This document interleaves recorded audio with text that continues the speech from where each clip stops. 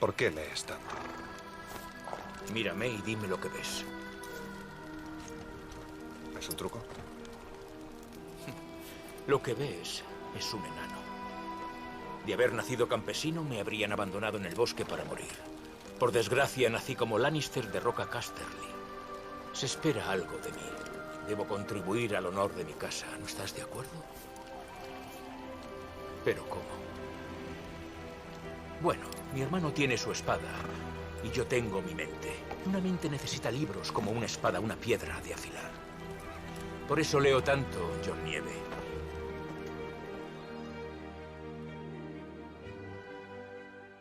Tan tan ta ta tan tan ta ta tan tan ta ta tan.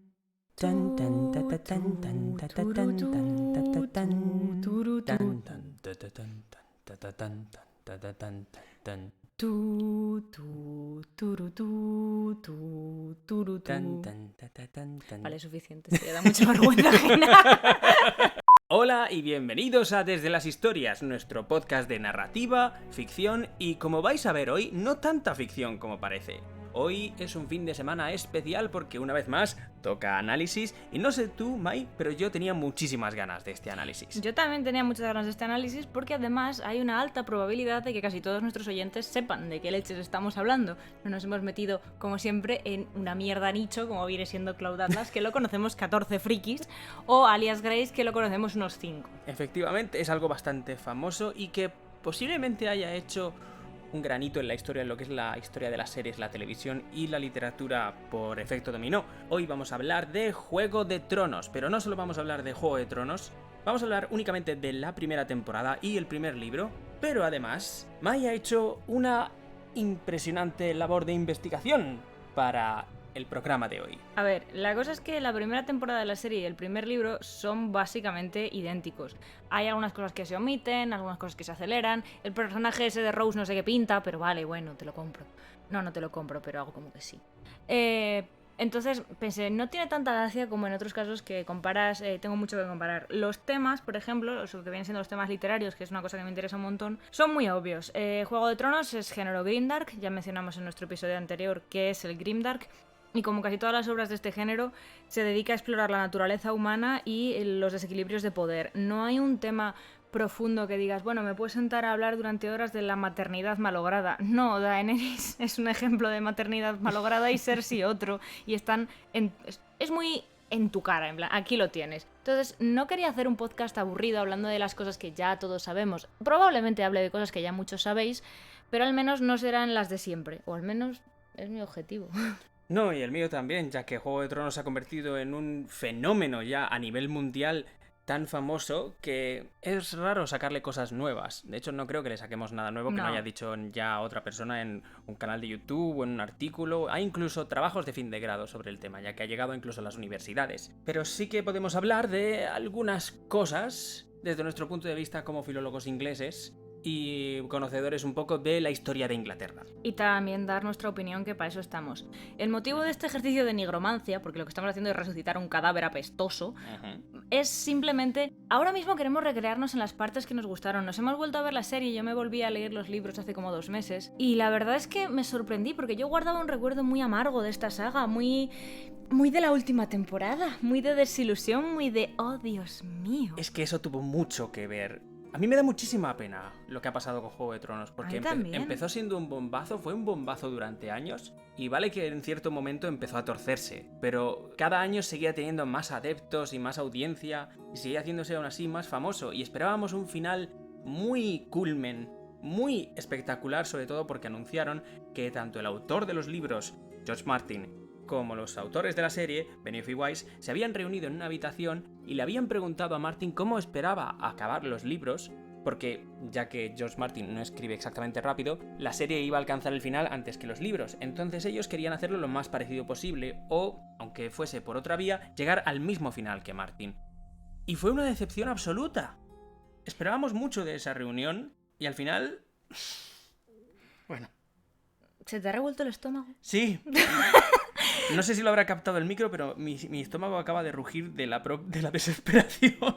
Para mí el tema de Juego de Tronos fue muy doloroso porque gracias a mi hermano, como todo en esta vida relacionado con el Grimdark, sucedió gracias a mi hermano mediano, Ángel, muchísimas gracias, tío. Es que este señor, que es más pequeño que yo, me ha ido pasando libros desde que él tenía 9 años y yo 11 y, madre mía, todo lo que he leído de Grimdark y casi todo lo que he leído de fantasía, porque yo soy más de ciencia ficción, me lo ha ido pasando mi hermano. Y yo estos libros los conocía de antes de la serie, gracias a mi hermano.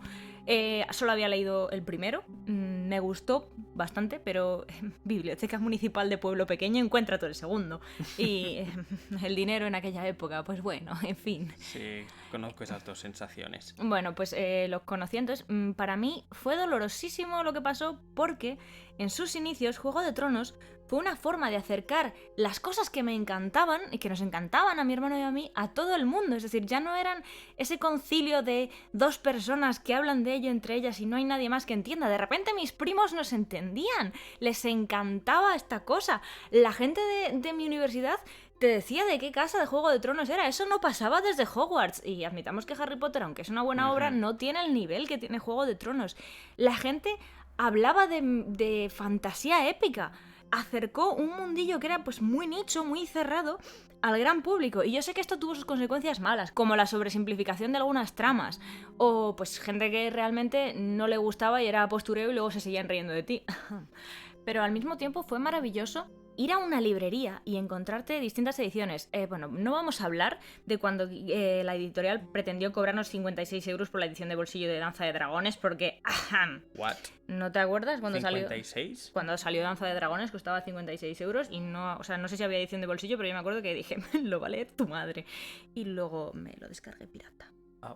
A día de hoy lo tengo en papel porque sigo siendo una persona decente, pero en aquel momento me agarré un cabreo muy gordo. Pero bueno, se acercó al gran público. Había merchandising. Dios mío, para YouTube, si encuentro una foto mía con la camiseta de los Martell previa a la serie, la subo para que os riáis. ¿Qué mierda de merchandising había antes?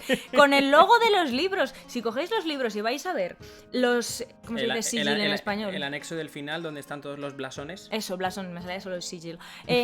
Al final cuando están los blasones, pues podéis ver aquello. Pues yo tenía una camiseta de los Martell con aquel blasón. Recuerdo ese blasón. Creo que lo tengo ahí en lo que uso para las cartas, el lacre.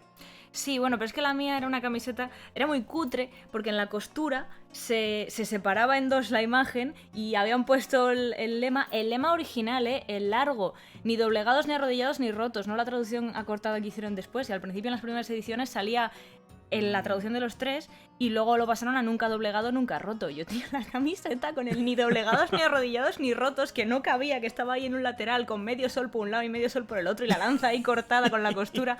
Era espectacularmente fea, pero feísima.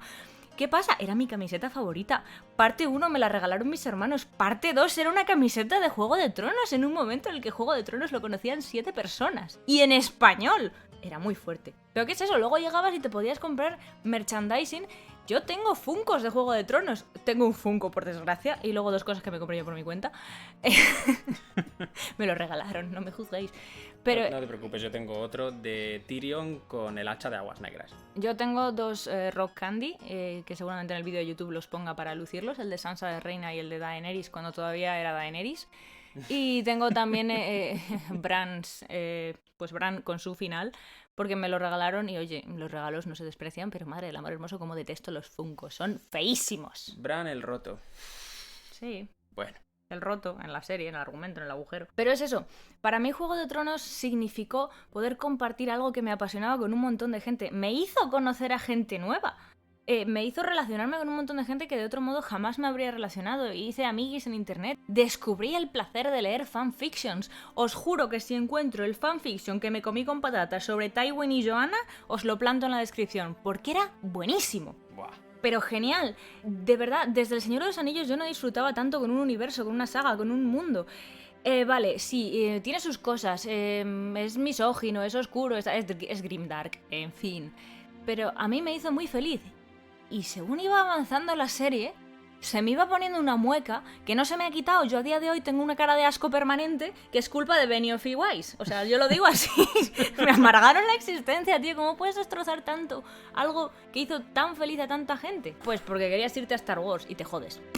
Yo recuerdo que al principio las 4 primeras temporadas, que me parecen la época dorada de la serie, son muy buenas porque todavía había libros que adaptar. En cuanto se quedaron sin libros que adaptar y empezaron a tener que inventar o a improvisar sobre la marcha, empezaron a recurrir a esto que explicamos en otro podcast, de que se sientan con los fans en una mesa y dicen, bueno, ¿qué queréis? Y decimos, no lo sé, pero nos gustó que este personaje muriese de forma inesperada, nos gustó que estos dos personajes acabasen juntos, nos gustaría que estos dos personajes acabasen juntos, aunque no tenga coherencia ni continuidad con la narrativa. Y ellos dijeron, vale.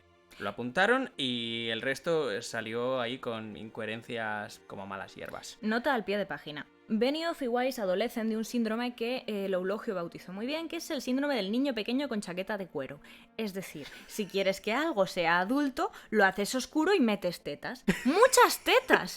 Y dices muchas veces polla y coño. ¿Quieres dejar de reírte que no se me oye enfadarme? Gracias, Eulogio, una vez más por darnos el concepto perfecto para el episodio. Mirad, hemos estado viendo la primera temporada pues un poco prestando atención y nos hemos dado cuenta de una cosa. Si en un episodio hay muchas escenas de sexo gratuitas que además son incómodas, los personajes hablan con un artificio que no viene a cuento y además se hacen chistes sexuales que generan incomodidad porque dices, esto, mis alumnos de tercero de la ESO son más ocurrentes. Sin duda lo ha escrito Benioff, Weiss o los dos. Eso me ha llamado mucho la atención ahora en el revisionado, porque yo me he visto la serie como esta puede ser perfectamente la 5ª o 6ª vez. La mía es la segunda porque yo soy de los libros. Como siempre. Y para una vez, yo me he leído los libros también. Lo que pasa es que me los leí del 2012 al 2014, pongamos. Yo hace un mes. Tú hace un mes. Y todos, además. No, solo los primeros, sí, hombre. Vale, me voy a leer todos durante el curso, vamos. Y les pongo las notas a los alumnos con el mismo sistema. Tú vives, tú mueres. Pero el caso es ese, que yo tenía en la cabeza, digo, bueno, las últimas temporadas son las que tiraban muchísimo de estas bromas. Sin ir más lejos, el primer episodio de la última temporada, de la 8ª, la primera línea de todo el guión es un chiste de eunucos, contado por Tyrion. Y yo pensando, buah, qué buenas son las primeras temporadas, que eran un poco más inteligentes y venían ya medio escritas por los libros. Y de repente me encuentro estas frases, estas bromas, estas escenas que son de... Las escenas de caña de pescar, que llamo yo, porque conozco un montón de gente que no le interesaba nada Juego de Tronos, de repente un día pasaron por delante de la tele, ven unas tetas y dicen, ¿qué estás viendo? Y se sentaron, se quedaron esperando 5 minutos y empezaron a hacer preguntas. Oye, ¿por qué esa niña pequeña se está haciendo pasar por un chico? ¡Ostras! Esa tía acaba de parir una nube de humo. ¿Qué está pasando? ¿Me explicáis un poco? Y me quedo. Y así ganaban más adeptos, porque son esas escenas en concreto las que al principio dices, ¿qué es esto? Y se quedaban. Típico gancho de ¡sexo! Ahora que tenemos tu atención. Exactamente. Yo pensaba que eso era más de las últimas temporadas, pero no. Resulta que es de toda la serie. Y ahora me estoy dando cuenta de esto. Esto aparte, esta es una de las cosas por las que me encanta la serie. Cuando la vuelvo a ver, me doy cuenta de una cosa nueva cada vez, de la que no me di cuenta la vez anterior. Eso a mí me parece algo muy bueno. Que siga teniendo sus cosas malas, pero bueno, yo le veo el lado bueno hasta lo más oscuro. No, yo a las primeras temporadas se lo perdono un poco. Y las primeras temporadas son maravillosas. No nos vengamos arriba, ¿eh? No, yo conocí esta serie, bueno, yo tuve 2 fases para conocer la serie. La primera fue que era primaria, tenía este compañero que nos leíamos Harry Potter a la vez, intentando a ver quién... Espera, ¿tú estabas en primaria cuando salió esta serie? ¿Cómo de asaltacuna soy? No, o sea, lo que es la saga entera, los libros. Ah, vale. No. Me acaban de dar 7 infartos. La serie salió en 2011 y yo la descubrí el año después, en 2012. Estaba de viaje con mi familia y había estos momentos de tiempo muerto en los que, hasta que mis padres no estuviesen listos para bajar a desayunar, mi hermana y yo no teníamos nada que hacer. Así que nos pusimos con el iPad ahí en la cama y dijimos, ¿nos ponemos a ver Juego de Tronos? Me han dicho que está bien y dijimos, vale, y de repente nos veíamos un episodio por la mañana antes de ir a hacer nuestra ronda de turismo y un episodio por la noche antes de dormir. Yo la empecé a ver A ver, yo no la quería ver No estoy orgullosa de esto, pero durante muchos años de mi vida, especialmente la adolescencia tardía, he sido una hipster intensa. Tenía hasta gafas de pasta. Uh-huh. Y, bueno, sigo teniéndolas, pero me las pongo menos. Iba a decir. Son para el ordenador. Y la cosa es que yo no veía nada que estuviera adaptado. Perdonaba al Señor de los Anillos y ya está, porque mi experiencia con las adaptaciones ha sido siempre de... Salvo Stardust, no perdonaba nada. Entonces, una amiga de la universidad, Laura, me dijo, no, está muy bien, en serio, te va a gustar. Y como Laura y yo normalmente compartimos criterio, pues me la vi y dije, pues sí está guay. Y ya mi hermano me dijo, sí, yo también me la estoy viendo. Y fue como, Bueno, tiene el hermano Seal of Approval, me la puedo ver. ¿Y luego te leíste los libros? Los había leído antes. Ah, los habías leído antes. El primero. Los siguientes no sé cuándo los leí. Sé que el primero sí que lo leí antes, pero puede que el segundo fuera al acabar la temporada o algo así. No estoy segura de las fechas de lectura de los libros. Pero del primero sí sé que fue antes, porque es eso. Me acuerdo de las conversaciones con mi hermano y tal, y de la camiseta roñosa de los Martell, cuando todavía no sabía muy bien quiénes eran los Martell. Pero un amigo, Enrique, hola Enrique, si nos estás escuchando, hola, me dijo, tú pegarías como Martell. Y como mi criterio en aquel momento era, sí, son morenos y parecen árabes, perfecto. Sí, pegaría como Martell. Pues no te rías, me pasa continuamente. La cosa es que yo también te lo dije, pero no por esa razón. ¿Y tú por qué me lo dijiste? Porque perfectamente los Martell pueden ser una sociedad matriarcal y les gusta sobre todo pelear y follar. Así que... Gracias, cariño, me acabas de dejar de puta madre. Son mis hobbies, pelear y follar. No, coño, esto lo corto. No, déjalo si quieres. Pero que conste que yo no me identifico ni con los Martell ni con esos hobbies. Bueno, y porque tú, señora de la realeza, puedes autoproclamarte princesa, por ejemplo, como hacen ellos. Sí. En lugar de lords y ladies que hacen el resto de los reinos de Poniente. That's true. Sí. I am royalty. Bueno, ya que estamos en esta mierda, ¿en qué casa Juego de Tronos te meterías tú? Yo... ¿en cuál me gustaría estar o en cuál me saldría en un test? Yo nunca he hecho un test de esos. A lo mejor es el momento de hacerlo. Yo hice un test, me salió Targaryen, pero claro, era la tercera temporada. A día de hoy no sé. No sé qué. Eso se arregla muy no sé qué rápido. podría ser. Eso se arregla en un momento. A ver. ¿Nos dejáis un minuto? Bueno, mientras Mai está buscando el test, ¿cómo descubrí los libros? Como he dicho antes, había dos fases. La primera fase fue que estaba en primaria, este compañero, nos leíamos Harry Potter, a ver quién llegaba antes al final, tal y cual. Y cuando nos quedábamos sin libros de Harry Potter, yo simplemente no leía, porque yo de pequeño no era exactamente muy lector. Me gustaban más los dibujos animados, las películas y de tal. Y él le encantaban los libros de fantasía y del Rey Arturo y de tal. Y me recomendó esta saga. Y me estaba recomendando todo el rato. ¿Y sabéis cuando alguien nos recomienda algo tantas veces que lo aborreces antes de ni siquiera darle una oportunidad? Pues me pasó eso.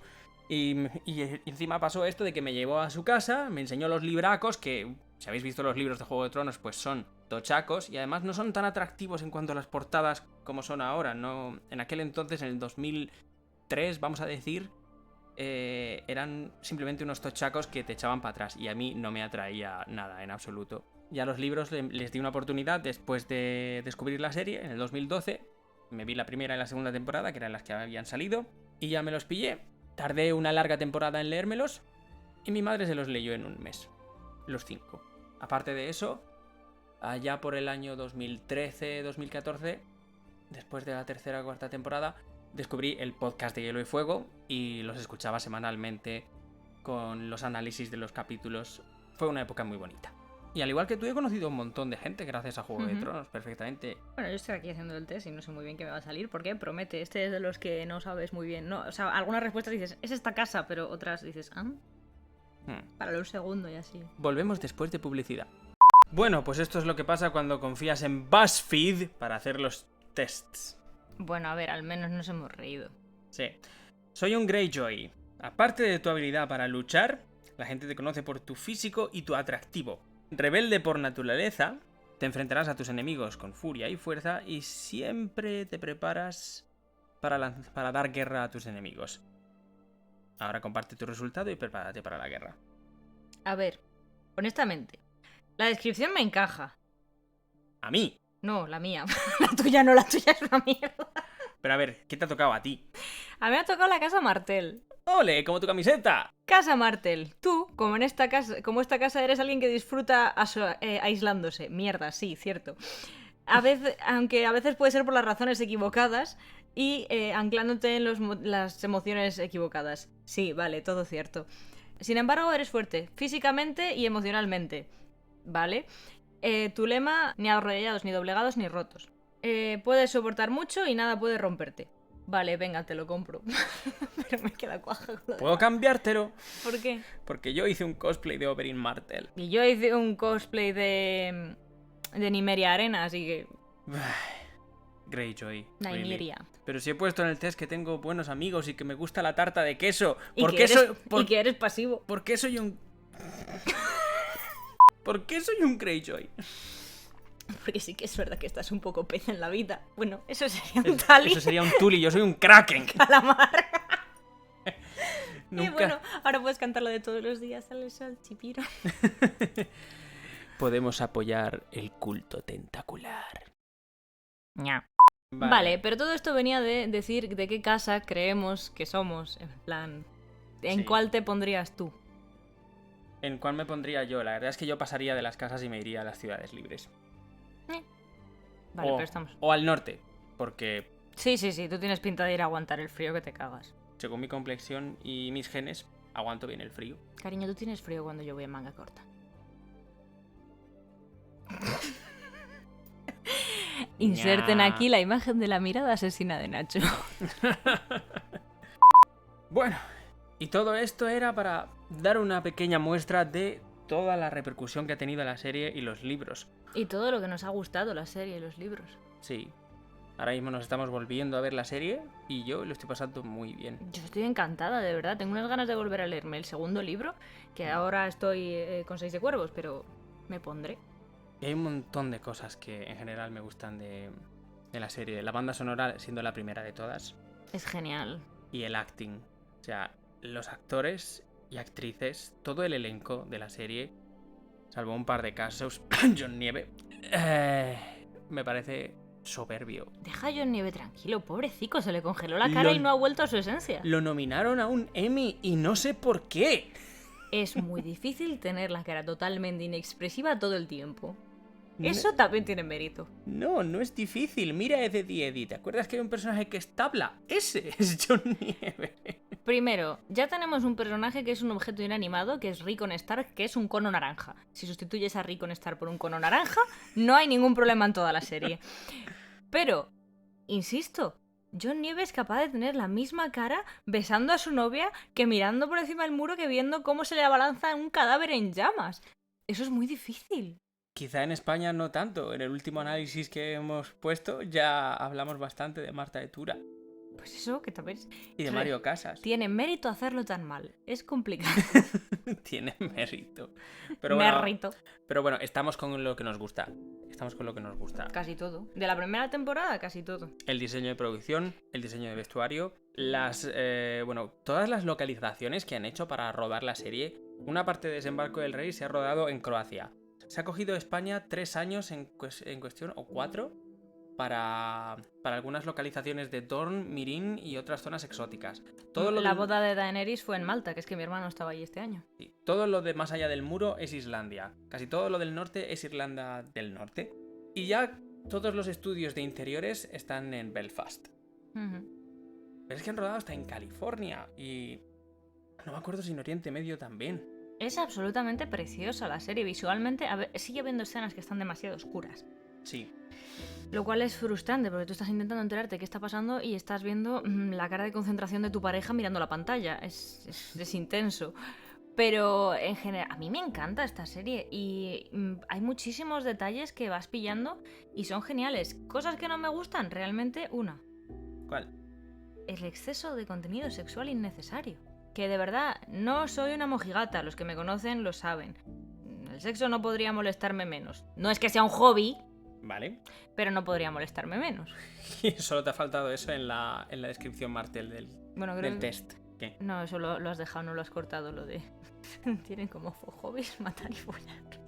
Dale, gracias, cariño. Hay un dicho en los libros, no me acuerdo si en la serie lo dicen también, que dice: un martel solo se cansa de follar cuando quiere pelear y viceversa. Pues teniendo en cuenta que yo soy una persona cuyo hobby principal es leer, el segundo escribir y el tercero pintar, creo que soy una martel de mierda. Bueno, Tyrell.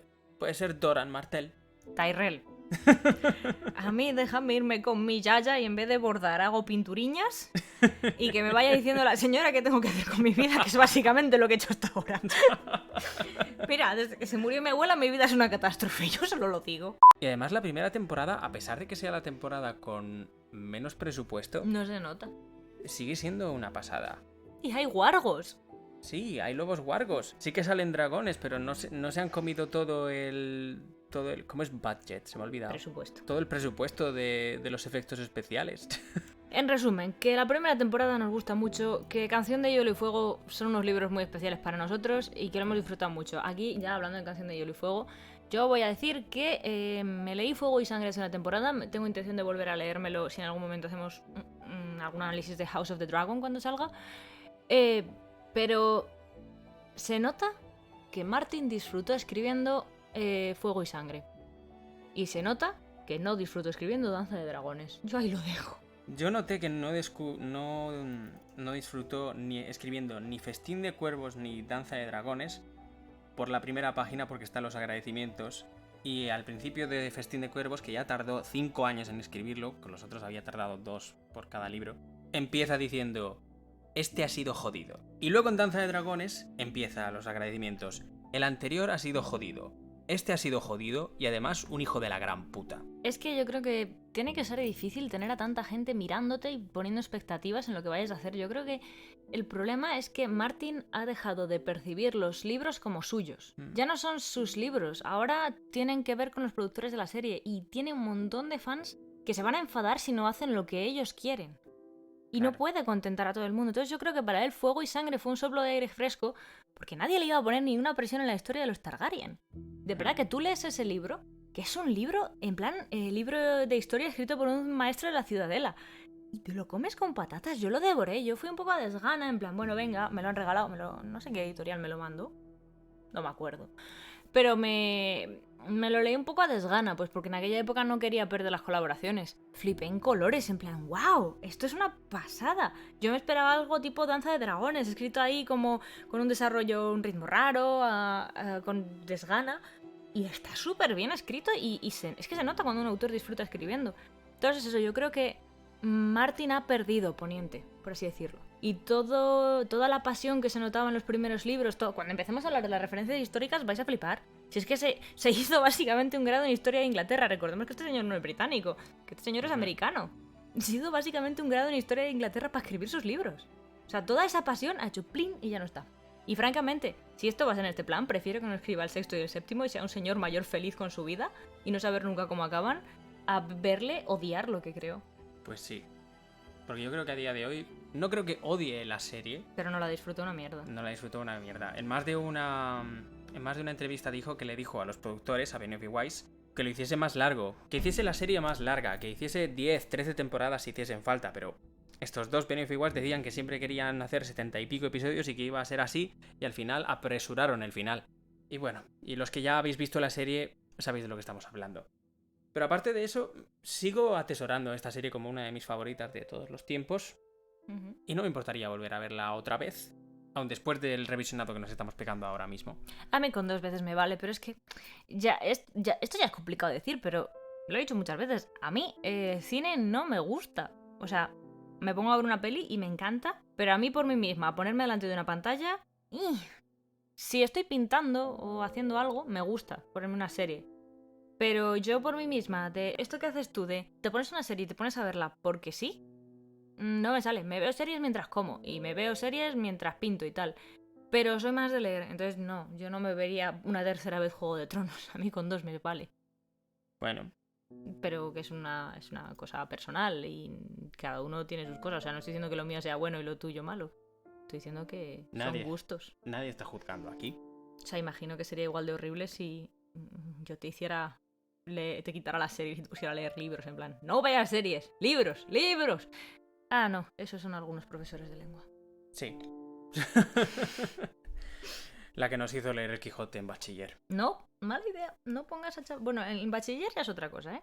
Por hacer una pequeña alusión a lo que has dicho antes, ¿tú ves series y pelis mientras haces otra cosa? Sí.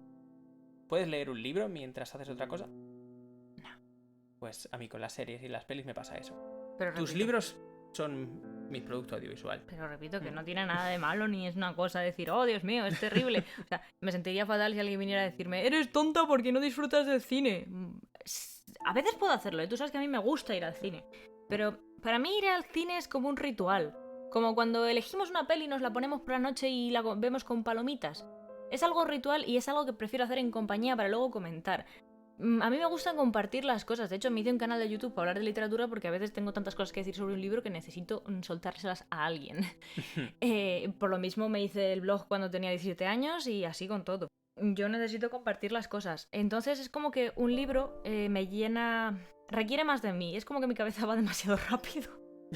Entonces el libro requiere más de mí. Tengo que ir imaginando a medida que tal. Pero la serie me lo da todo hecho. Y ese que me lo den todo hecho no me acaba de llenar. Ya. Entonces, si estoy haciendo otra cosa a la vez, en plan...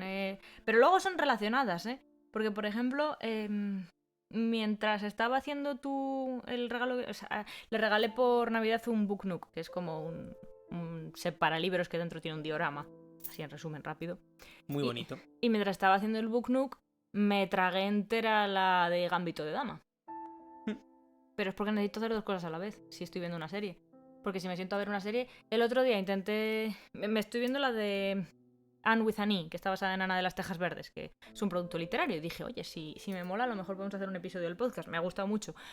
No sé si lo haremos, la verdad, porque no da para tanto. Pero bueno, es muy buena serie. Bueno, pues dije, bueno, me voy a ver la segunda temporada y como me tenía una hora muerta entre una actividad que tenía planeada y otra, intenté ver un capítulo.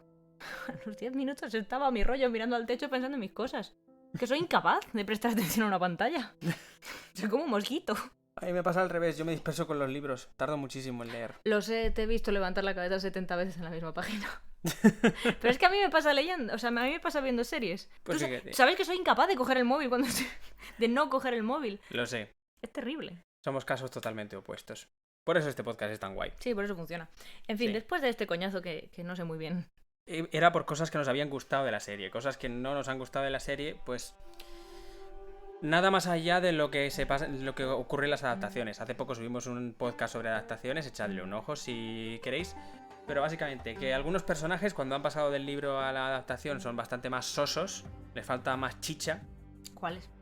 A mí me gusta mucho el Jamie de los libros, más que el Jamie de la serie. Mira que ¿Pero el en la Jamie de la primera serie... temporada?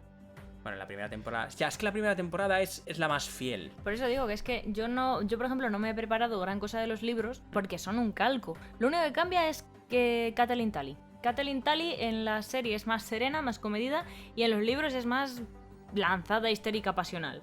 Pero es que ese es el mayor cambio, porque lo demás es calcao.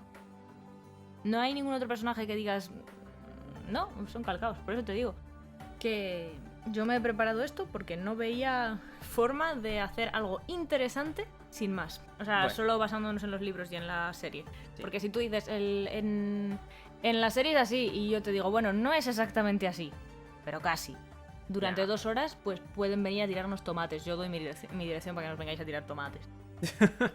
Ya, a partir del segundo libro y de la segunda temporada, ya empiezan a meter más cambios que luego en la tercera tienen que justificar con otros cambios y que luego hacen cambios más grandes en la cuarta y hace que un personaje no esté en el sitio en el que debe estar o que de repente esté en un sitio en el que no debería estar, pero mucho más lejos aún, lo que los del podcast de Lo y Fuego llamaron el jetpack de Meñique, porque en un episodio está en Desembarco del Rey y en el siguiente está en el muro. Es alucinante. Y ya aparte de eso, pues nada que no hayamos mencionado ya. Cuando dejó de haber libros que adaptar, los showrunners empezaron a improvisar. Y se ha visto que improvisar no se les da tan bien. Porque adaptando no lo hicieron tan mal.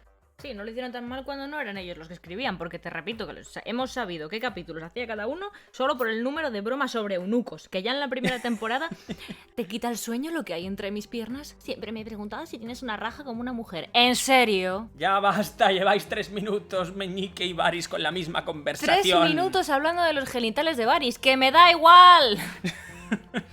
Por favor, basta. Lo siento, no me interesan los genitales de nadie. Ay, A duras penas me interesan los míos. pero te muestran los de mucha gente a lo largo de la serie. Eso aparte. Fíjate, a mí me llamó la atención porque Juego de Tronos era la primera serie que veía en la que mostraban penes. Sí, en toda la primera temporada muestran 2 penes y como 700 coños. Sí, pero ya es un progreso comparado con lo que había antes. I mean. Vale. ¿Cuántos de esos penes son de personajes que tengan alguna remota relevancia? 1. Porque en la primera temporada solo salían 2, que son el de Hodor y el de Theon. Decían no se ve en la primera temporada. Sí, después de follar con Ross en el propio burdel. ¿Se ve? Se ve. Luego te enseño la escena. No, gracias, no hace falta. No, tío, yo lo siento, a mí los penes no me parecen bonitos, quemadme en la hoguera. Bueno, el grueso de este episodio, más que analizar la temporada y el libro en sí, Maya ha hecho un trabajo de investigación en cuanto a historia de Inglaterra y en lo que se inspiró Martin en ese grado de historia de Inglaterra. Inspiró o copia y pega. Copia y pega perfectamente, porque en cuanto veáis las similitudes, algunos a lo mejor ya las sabéis, pero los que no os va a estallar la cabeza, porque hay nombres que son casi calcados. Estamos hablando de hace 500, 600 años en la Inglaterra bajo medieval, con esta historia en concreto. Para hacerlo, hemos dividido el argumento del libro en 3 partes. Uno es la trama de Jon y el muro, otro es la trama alrededor del trono de hierro y otro es la trama de Daenerys al otro lado del mar angosto. Nacho os va a hacer ahora un resumen de esas 3 cosas para que, pues más o menos, refresquéis un poco la memoria y después os voy a dar la coña. La turra. La mega turra. El turrón. Ay, ojalá. De Suchard. Que estamos en julio, no me hablas de turrón. Básicamente, Martin, bueno, él mismo dijo que es que leyó un libro sobre la dinastía Plantagenet, que le moló mucho y dijo, me apunto. Tal cual, tengo la cita ahí, que la he buscado. Entonces, bueno, pues vamos a hacerlo así, por aportaros algo nuevo. Y pues a lo mejor salís de aquí sabiendo un poquito más sobre la historia de Inglaterra, que no es muy conocida. Aquí en España, quiero decir. En Inglaterra es conocida la historia de Inglaterra. Sí. Me voy a callar ya. Pero no sin antes hacer un pequeño disclaimer para decir, y esto porque nos pilla muy reciente, que no metas escenas de sexo en tu obra de ficción no te hace un paleto. ¿Vale? Tolkien no es un paleto. Y meter un exceso de sexo en tu obra de ficción lo que te hace es un pajero. Amén. O sea, no tengo nada en contra de que haya sexo en la ficción y de hecho es que los libros tienen una cantidad de sexo que a mí no me parece desagradable. ¿Los de Juego de Tronos? Sí. Tiene sexo casi visceral. Pero no es... Para empezar, que no es abusivo. Dime qué escenas de sexo hay en el primer libro. En el primer libro... ¡Spoilers! En el primer libro, escenas de sexo. Sí. La de Jaime y Cersei al principio. Vale, antes de eso, Catelyn y Eddard. Es verdad. Hay una escena de Catelyn y Eddard que además a mí me parece hasta mona porque Cat se queda en la cama haciéndole rumacos. Luego la de Jaime y Cersei, pero no te la describen en detalle. No. Te dicen que tal, pero no hay ahí... No le enfocan al chirri con la cámara, que es lo que hacen en esta serie. No sé si te describirán alguna de Tyrion con una puta o de Robert con otras. Las mencionan, pero no las describen, que es el tema. Luego Dany y Drogo, que es así, que es un poco más descriptiva, pero en el momento en el que empieza la mandanga serie se acaba. ¿Y después qué más hay? En la primera temporada creo que ya está. No, en el primer libro. El primer libro. No había muchas escenas en el burdel de Meñique, ¿verdad? No. Y no, sobre todo que no te lo describen, que repito, la escena más explícita del primer libro, que es la de Daenerys y Drogo, en el momento en el que empieza la mandanga, se corta. Luego te describen que esto es una diferencia entre la serie y el libro, cuando... Bueno, ya hemos avisado de los spoilers, ¿no? Sí. Cuando Daenerys intenta resucitar a Drogo después de que Mirri Mazdur la haya dejado ahí... lo haya dejado en modo lechuga, le hace de todo para intentar y te deja entrever que lo que le enseñó la esclava Doreal lo pone en práctica en ese momento, pero te repito, no te lo describe. La serie es un continuo, vamos a poner tetas y coños y tetas y más, y 2 prostitutas manteniendo relaciones mientras Meñique les cuenta su vida. Pues vale. Escrito por Weiss. Sí, eso además. Pero ¿qué es eso? Para mí, eso es vulgar. Juego de Tronos, por tener sangre, violencia y sexo en su argumento, en su trama, en su desarrollo, se convierte en una novela grimdark. Una novela que pretende reflejar toda esa oscuridad de la vida real, alejándose de la épica del Señor de los Anillos, ¿vale? La serie, en cambio, coge esa premisa y para mí la convierte en algo chabacano. ¡Oh, mira, otra puta follando! ¡Wow! ¡Qué bien! La diferencia es... Si tus escenas de sexo violento, no escenas de sexo bonico, ¿vale? Porque una escena de sexo bonico, pues es otra cosa y es otro tipo de novela. Pero si en una novela grimdark tus escenas de sexo violento dan para paja, tienes un problema. Yep. Y ese es el tema, que en Juego de Tronos, al menos en el primer libro, que lo tengo recientito, las escenas de sexo violento e incómodo entre un señor de 30 y una niña de 13, por ejemplo. Porque Daenerys en los libros tiene 13 años. Y Drogo 30 y pico. Esto no es nada incómodo. Pues esa escena no da para paja. Vale, bien, normal, es una niña, no queremos, o sea, ya está sexualizada en ese universo, no queremos que la persona que se esté leyendo el libro lo deje con las páginas pegadas. No nos interesa eso, no es lo que buscamos. Atención, trigger warning. Vamos a hablar de sexo y vamos a leer una cita del libro que habla explícitamente de sexo. Vale, aquí tengo la escena. Voy a evitar el principio porque tampoco aporta mucho, pero primer momento en el que Daenerys y Khal Drogo, ya marido y mujer, tienen sexo, ¿vale? La hizo levantarse y la trajo hacia sí para quitarle la última prenda de seda. Dany notó el aire gélido de la noche en la piel desnuda. Se estremeció y se le puso la carne de gallina. Tenía miedo de lo que iba a suceder a continuación, pero durante unos momentos no pasó nada. Khal Drogo se quedó sentado con las piernas cruzadas y se dedicó a mirarla, como si se bebiera su cuerpo con los ojos. Al cabo de un rato empezó a tocarla, primero suavemente, luego con más energía. Dany presentía la fuerza brutal de sus manos, pero en ningún momento sintió dolor. Le tomó la mano y le acarició los dedos, uno a uno. Le rozó la pierna con delicadeza, le acarició el rostro, recorrió la curva de sus orejas, le pasó un dedo por los labios. Le puso ambas manos en el pelo y se lo peinó con los dedos. Le dio la vuelta, le hizo un masaje en los hombros y deslizó un nudillo por la columna vertebral. Pareció que transcurría una eternidad antes de que las manos del hombre llegaran por fin a sus pechos. Acarició la piel delicada hasta que la sintió erizarse. Hizo girar los pezones con los pulgares. Los pellizcó suavemente y empezó a tirar de ellos, muy ligeramente al principio, luego con más insistencia, hasta que estuvieron tan erectos que empezaron a dolerle. Solo entonces se detuvo y la sentó en su regazo. Dany estaba ruborizada y sin aliento, sentía el corazón desbocado en el pecho. Drogo le sostuvo el rostro con ambas manos y la miró a los ojos. «¿No?», dijo. Dany supo que era una pregunta. Le tomó la mano y la llevó hacia abajo, hacia la humedad, entre sus muslos. «Sí», susurró, mientras guiaba el dedo del hombre hacia su interior. Ahí se acabó la escena. Joder, pues... ¿Tú recuerdas la escena de la serie? Sí. Por favor. En la serie están en esta roca de Malta que hace 1 o 2 años se derrumbó y le va quitando la ropa mientras ella está llorando y totalmente petrificada, está acojonada y Drogo simplemente, mientras le quita prenda a prenda y le seca las lágrimas, le dice no. Dany le responde, ¿sabéis hablar mi lengua? Y él dice no, pero ahí, duro, autoritario, y le sigue quitando la ropa. Y ella responde, ¿no es la única palabra que sabéis decir? Y él responde, no.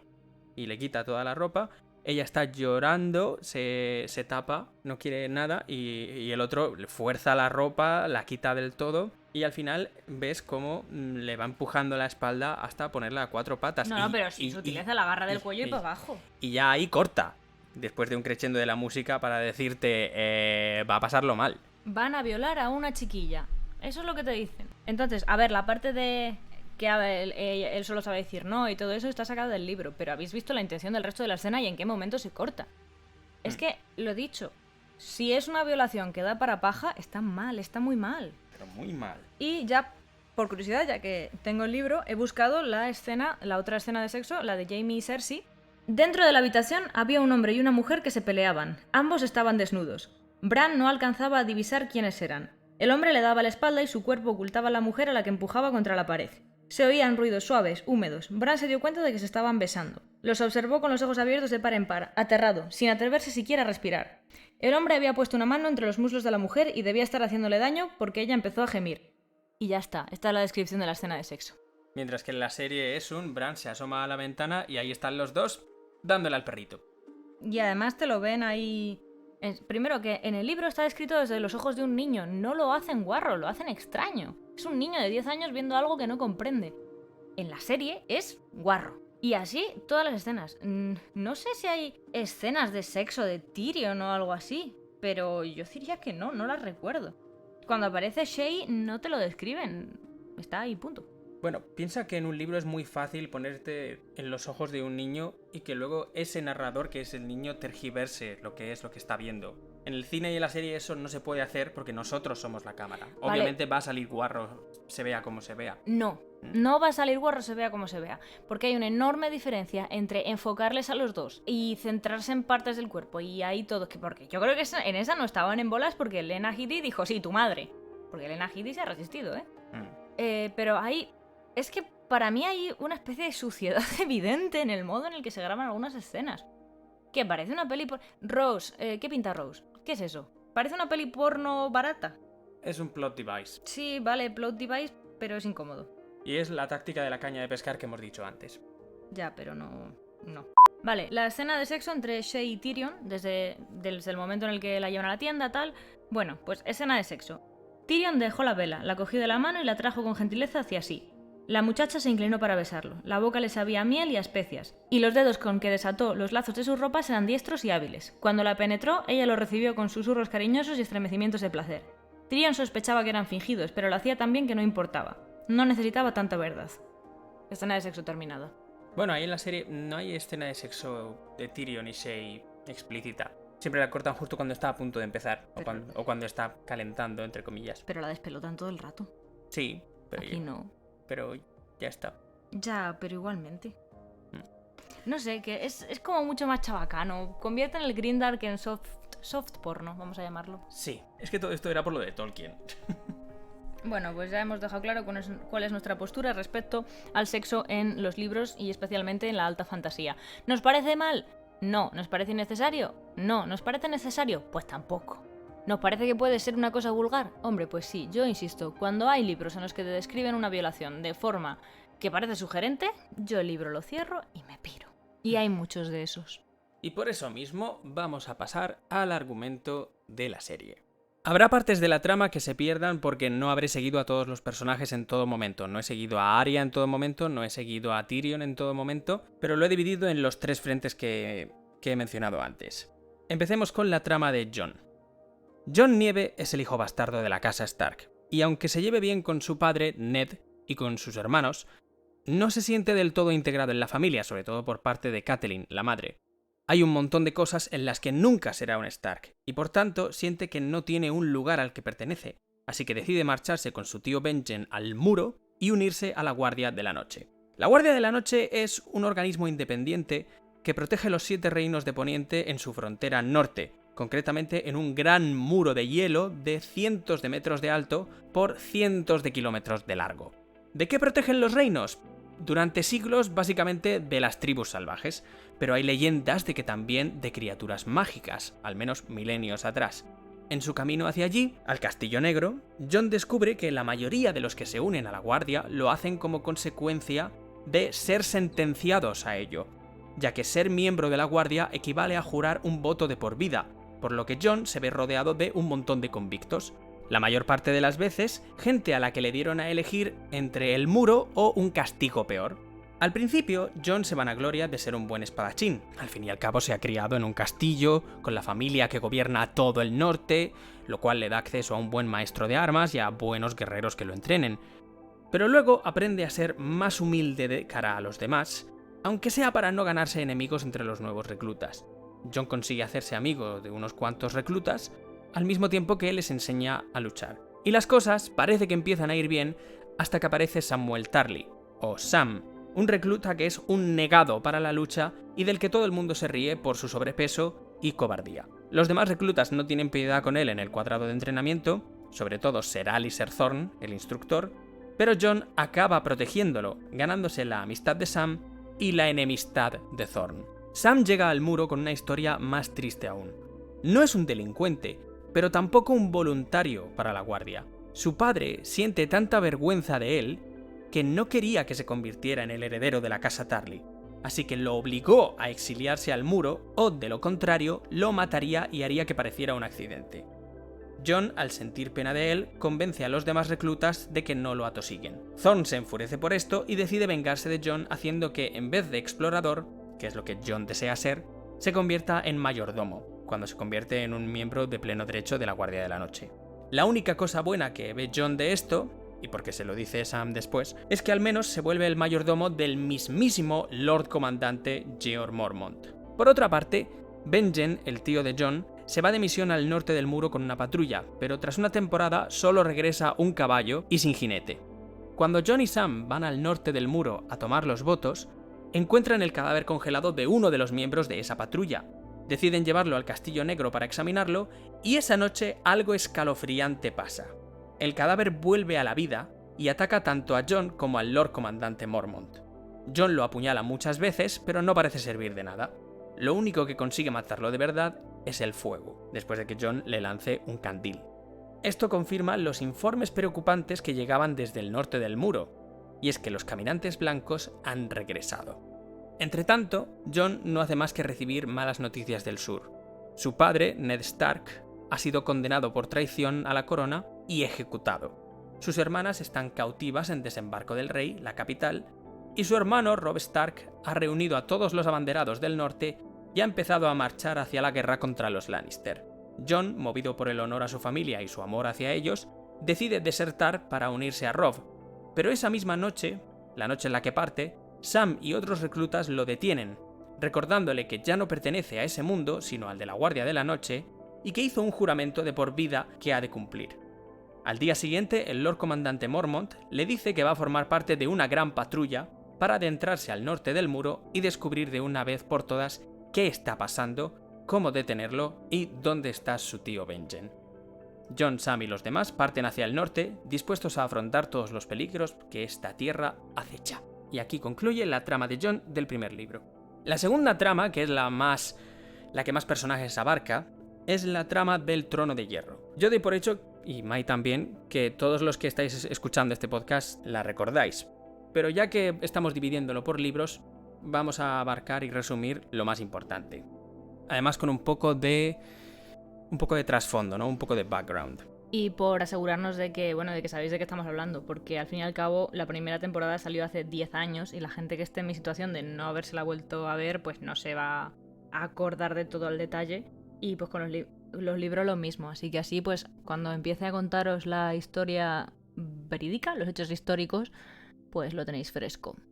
Así pues, la trama del Trono de Hierro. Esta trama gira en torno a dos personajes principales: Ned Stark, Lord de Invernalia y Guardián del Norte, y Robert Baratheon, Rey de los Siete Reinos. Han sido amigos desde muy jóvenes bajo la tutela de Jon Arryn, y es la muerte del propio Jon Arryn lo que hace que se reencuentren después de muchos años. Jon Arryn era mano del rey y su muerte deja el puesto vacante, con lo que Robert viaja al norte para pedirle a Ned que deje Invernalia para ir a la capital a ser su, nunca mejor dicho, mano derecha.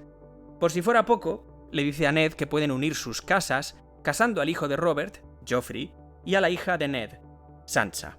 Sin embargo, la visita de Robert también despierta trágicos recuerdos del pasado. Y aquí es donde viene el world building y la historia de estos dos. Ned y Robert han vivido dos guerras. La primera, que es muy relevante para esta trama, fue la más importante de los Siete Reinos en muchísimo tiempo, ya que puso fin a 300 años de dinastía Targaryen y le dio a Robert Baratheon el Trono de Hierro. La rebelión de Robert se podría comparar con la guerra de Troya, ya que todo empezó con que él estaba prometido a la hermana de Ned, Lyanna Stark, hasta que Rhaegar Targaryen, el príncipe real, la raptó.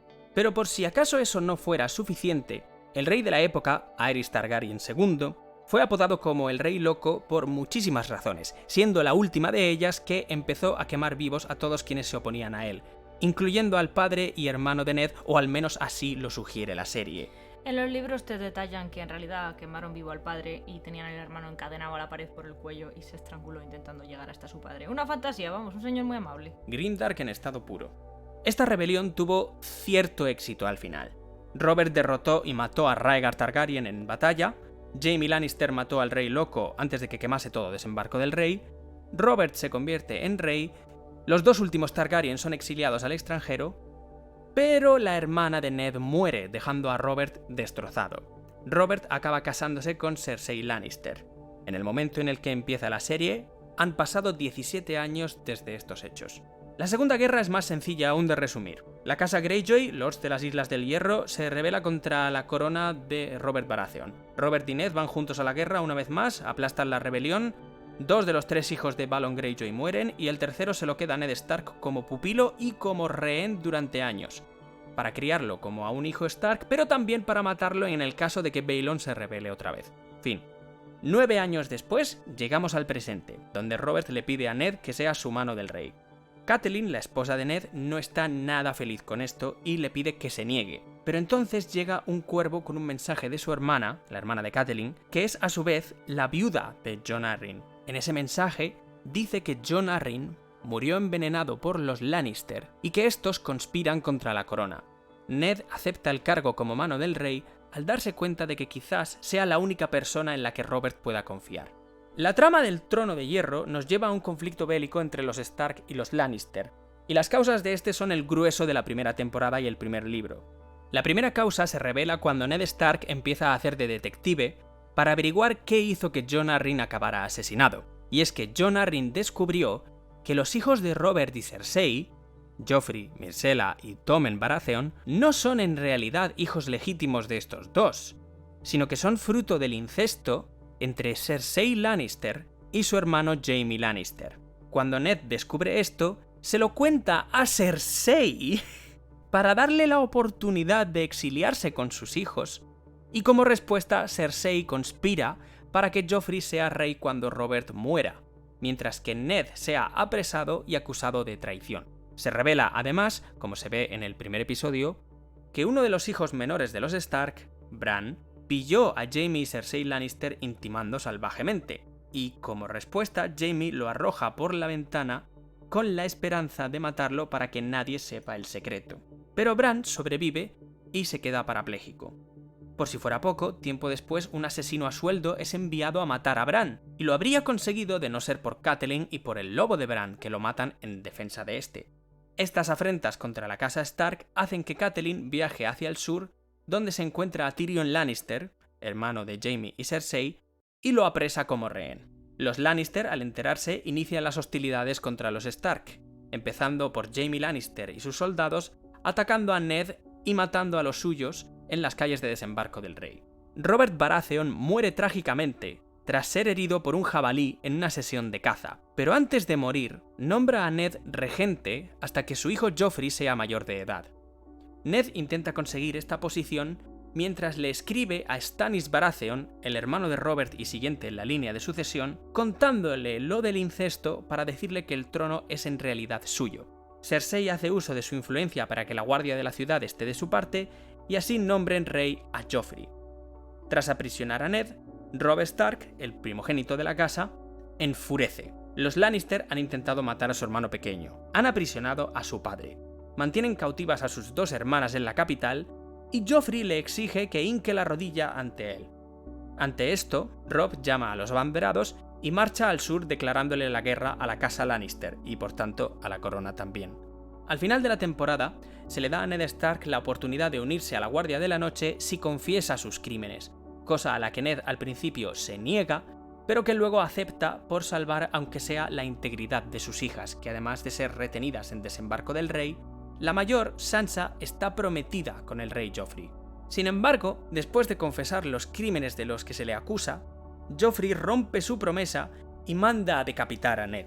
Sansa, aún en shock, sigue retenida en Desembarco del Rey, mientras que la otra hermana, Arya, consigue escapar. Por último, esto lleva a que dos hermanos de Robert, Stannis y Renly Baratheon, también se unan a la guerra, cada uno reclamando el trono para sí. Aun faltando la aparición de Balon Greyjoy, que sale en la segunda temporada y el segundo libro, esto da pie a la conocida como la Guerra de los Cinco Reyes. En un frente, Joffrey Baratheon defendiendo su derecho al trono con el apoyo de los Lannister. En otro, Stannis Baratheon. En otro, Renly Baratheon con el apoyo de los Tyrell. En otro, Balon Greyjoy rebelándose por segunda vez. Y por último, Robb Stark, que no quiere el trono de hierro, pero quiere vengarse de los Lannister, recuperar a sus hermanas y proclamar la independencia del Reino del Norte, pues sus abanderados llegan a la conclusión de que el trono de hierro da igual y que al ser su reino, el del norte, más grande que los otros 6 juntos, que mejor tener un rey en el norte. Este sería el final de la trama principal en el primer libro. En tercer y último lugar, pero no menos importante, tenemos la trama de Daenerys Targaryen. Después de la rebelión de Robert, los Targaryen desaparecieron como la familia real que fueron durante 300 años. Al comienzo de Juego de Tronos solo quedan 2, Viserys, de 22 años, y Daenerys, de 16. Se exiliaron a Essos, el otro continente, y durante 17 años han vivido bajo la hospitalidad de Illyrio Mopatis, un magíster de la ciudad libre de Pentos. Durante años ha cuidado de los 2 Targaryen y ha alimentado en Viserys su deseo de regresar a los 7 reinos y reclamar el trono que Robert Baratheon le arrebató a su padre. Para ello, Viserys tiene un plan: conseguir un ejército y cruzar el mar para iniciar una invasión. Y ese ejército es el de Khal Drogo, el líder de una horda Dothraki con 40.000 jinetes a caballo. Los Dothraki son fieros guerreros, además de una tribu muy salvaje. pero a Viserys le sirve mientras esto, además, apoye que los señores de Poniente que llaman a Robert el usurpador se alcen contra él cuando Viserys regrese. Pero ¿cómo consigue Viserys el ejército de Drogo? Vendiéndole a su hermana Daenerys para que se case con ella. Daenerys, o Dany, es vendida contra su voluntad, pero cediendo al final, pues ella también quiere volver a casa. En su punto de vista, tanto en los libros como en la serie, vemos cómo va evolucionando como personaje de joven ingenua a líder de un Khalasar. Un Khalasar es esta horda Dothraki. A lo largo de la primera temporada, vemos cómo va enamorándose de Khal Drogo hasta tal punto de que éste la venera y ama como esposa, en lugar de tratarla como una propiedad a la que ha comprado. Vemos cómo va aprendiendo las costumbres, el idioma y la vida Dothraki y siendo aceptada y venerada por su pueblo. Vemos cómo pasa de ser la hermana pequeña de Viserys a quien realmente tiene el control por encima de los deseos egoístas del energúmeno de su hermano. Y vemos cómo estrecha sus lazos tanto con Ser Jorah Mormont como con los 3 huevos de dragón que le regalan en su boda. Viserys, al ver que el pueblo adora a Daenerys pero no a él, quien se supone que será el próximo rey, amenaza tanto a ella como al hijo que tiene dentro, delante de Khal Drogo. Esta insolencia e insensatez le causan la muerte, haciendo que Drogo vierta por encima de su cabeza un caldero lleno de oro fundido. Esto causa cierto interés a Daenerys, pues se supone que ella no puede quemarse ni con fuego, ni con agua hirviendo, ni con brasas, cosa que hemos visto explícitamente. Pero su hermano ha muerto de esta manera tan horrible. Se ve que el gen ignífugo es recesivo y no se manifestó en Viserys. En su viaje por este continente, Daenerys queda embarazada de Drogo, información que llega a oídos de Robert Baratheon y que envía a alguien a intentar asesinarla para que no quede ningún Targaryen que pueda desafiar su legitimidad al trono.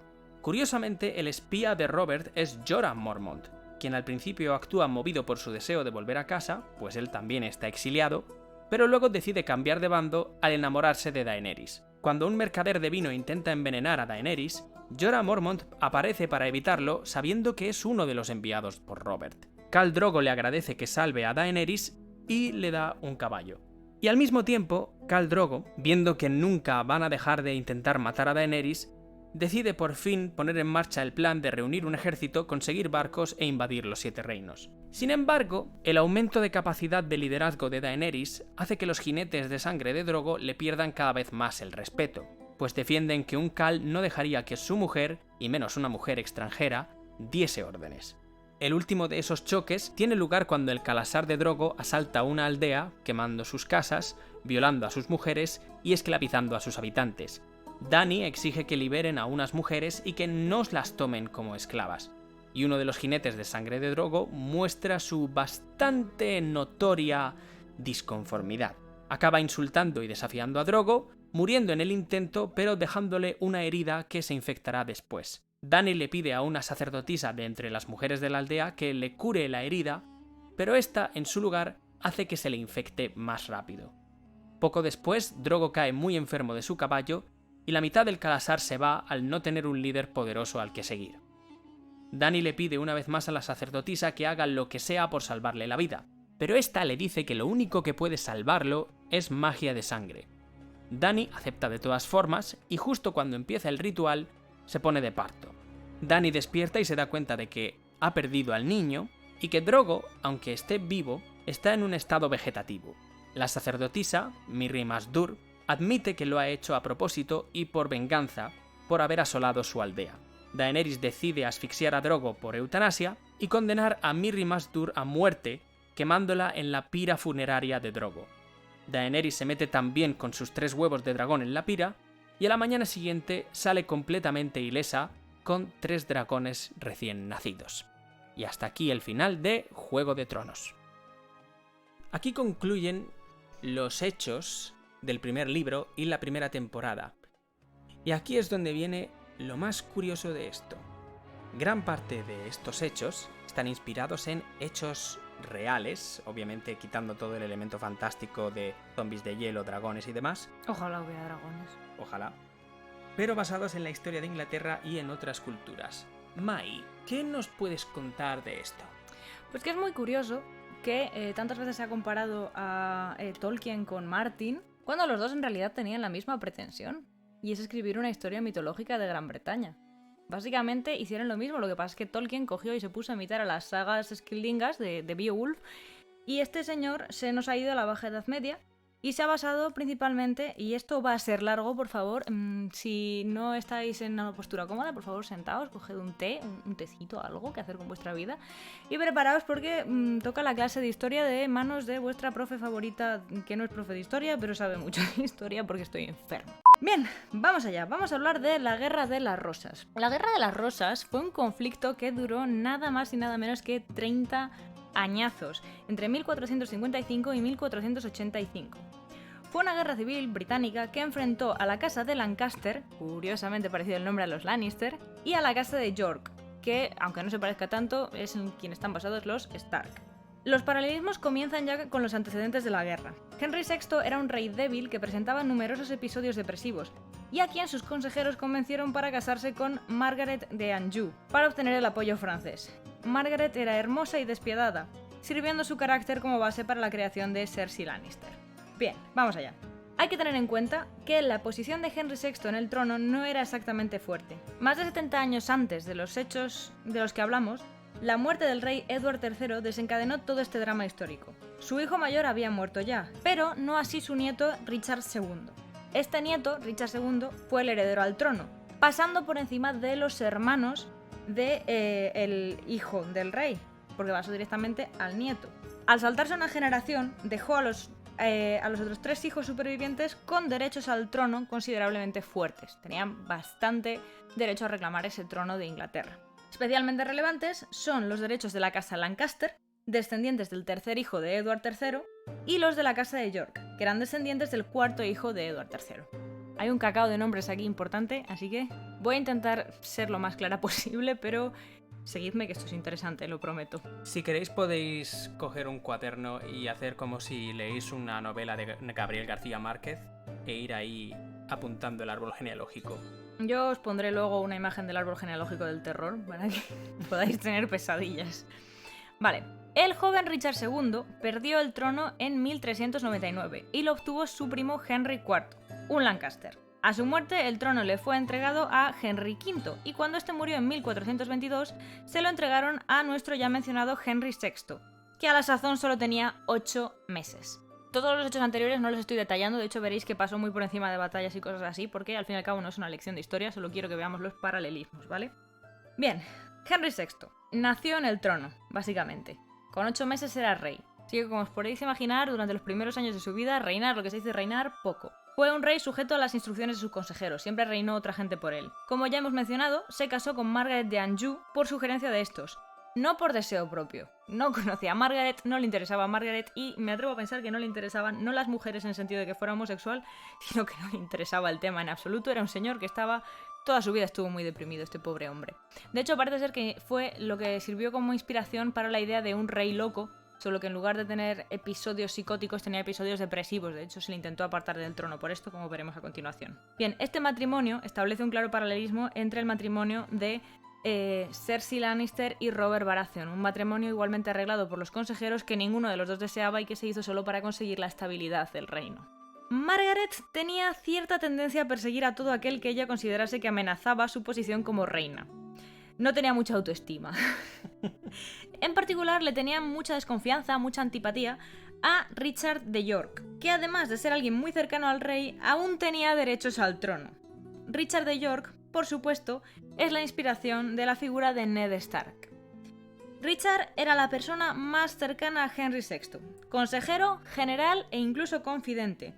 Quizá incluso amigo. Margaret no estaba nada contenta con esta relación e hizo todo lo posible por alejar a Richard de la corte. Básicamente le trampeaba todo intento de ascender. Richard quería ser protector del reino y Margaret decía que no, que ni flowers. Richard protestó abiertamente por el trato recibido, llegando a enemistarse abiertamente con la casa Lancaster. Cuando en 1453 el rey tuvo un episodio mental especialmente duro, Richard al fin fue nombrado protector del reino, básicamente lo que nosotros llamamos la mano del rey, y regente, es decir, pasó a tener todo el poder. Ahora bien, aunque eran amigos, no os imaginéis una amistad como la de Robert y Ned, porque Ned es una persona honorable y Richard no tenía pinta de serlo tanto. Richard quería la corona para sí, y si bien parece que sí que le tenía cariño a Henry VI, pues le veía como un débil mental que lo era, el pobre hombre tenía una depresión de caballo, y quería el trono para sí, él aspiraba al trono. En estos episodios depresivos que tenía Henry VI, parece ser que se pegaba semanas en la cama sin salir, llorando, hecho una braga. Era un señor con una depresión galopante que en la época se trataba pues como que eras débil mental o que tenías demonios, la vida, que es muy dura. Bien, el rey milagrosamente se recuperó después de 2 años de episodio depresivo, pobrecito, y Richard fue expulsado a petición de la reina. La reina dijo que ya no, que no quería que fuera protector del reino, y Henry VI le hizo caso. Pero a Richard de York no le sentó nada bien, entonces atacó con su ejército en plan: tengo tropas, llamo a mis mesnadas, taca. Y Richard salió victorioso. Obviamente el liderazgo de Henry VI era un poco patatuciento, y su señora, además, era muy despreciada en el pueblo. Ya no le tenían mucho asco, porque Margaret de Anjou se la veía como una princesa caprichosa, una señorita, y además, pues eso, Richard de York tenía el apoyo del pueblo y ella había ido tirándole palos a las ruedas todo el tiempo. Bueno, se firmó a raíz de esto una paz inestable, en la que Richard permanecía como protector del reino y Margaret quedaba como encargada de cuidar del rey, encargada de la salud del rey, una posición apartada del poder que a ella no le hacía mucha gracia. La segunda fase de esta guerra civil comenzó con la segunda rebelión de Richard en 1459. La reina planeaba atacarlo y la pobre muchacha era cero discreta ante ello, en plan, estoy planeando atacarte y lo sabe toda la corte. Muy bien, Margaret. Muy a lo Cersei, vamos a decir. Así que Richard se levantó en armas, y esta vez le salió un poco regu, y después de levantarse en armas se tuvo que pirar a Irlanda. Tuvo que huir a Irlanda. Tras varias batallas que no vamos a detallar aquí porque nos podemos morir de aburrimiento, Richard de York consiguió derrotar a los aliados de Henry VI, bueno, en realidad de Margaret, porque Henry VI, volvamos, estaría seguramente tumbado en la cama llorando. Consiguió obtener los derechos de sucesión, lo que le haría rey a la muerte de Henry VI. Es decir, no era rey en aquel momento, pero cuando Henry VI muriese, sería el rey. Y esto dejaba de ser heredado al hijo de Margaret de Anjou, a Eduardo de Westminster, Eduardo de Lancaster. Margaret, por supuesto, no se lo tomó muy bien. No le hizo mucha gracia la perspectiva. Las batallas continuaron porque Margaret siguió arengando al pueblo y removiendo el avispero, hasta culminar con la muerte de Richard de York en 1460. Sería su hijo Edward quien llegaría al trono como Edward IV. Es decir, aunque Richard murió y con él murió su hijo mayor, su segundo hijo sí llegó al trono. Podríamos hablar en detalle de cómo continuó la Guerra de las Rosas, del árbol genealógico que me ha dado pesadillas, que sí que lo voy a mencionar pero por encima, de cómo Edward perdió el trono, que lo voy a mencionar también pero no en detalle, y de cómo acabó en el trono la viuda de un Lancaster, que también lo vamos a mencionar un poquito. Pero como esto no es un podcast de historia, vamos a seguir enredando con otros personajes sin entrar tanto en detalle, ¿vale? Aunque aquí cabe mencionar que tal vez la inspiración para Robert Baratheon se tomó de Edward IV, este que rey acabamos de mencionar, el hijo de Richard de York, que era un monarca que era joven, un líder joven y vigoroso, muy seguido por las masas, que se convirtió en una bola de sebo tras años de comer, beber y perseguir mujeres, vamos a decir. También tenemos que tener en cuenta que Edward IV podría haber servido de modelo para otro personaje. Veréis. Edward IV basaba parte de su plan a futuro en casarse con una princesa francesa, pero en su lugar se casó a escondidillas con la viuda de un noble. ¿What? ¿Lo sabías esto? No. Bueno, pues ahora ya sí. Por eso los príncipes acabaron tan mal. Los eventos de Juego de Tronos se separan bastante de los hechos históricos a partir de aquí, ya que en la Guerra de las Rosas, uno de los antiguos aliados de Edward IV sí que se volvió contra él, pero no tuvo éxito. Acortando una historia muy larga, este conde, que de hecho se dice que sirvió como inspiración para Roose Bolton, destronó a Edward IV y plantó a Henry VI en el trono otra vez. El rey deprimido, que estaba en una torre encerrado, pero eso duró un suspiro.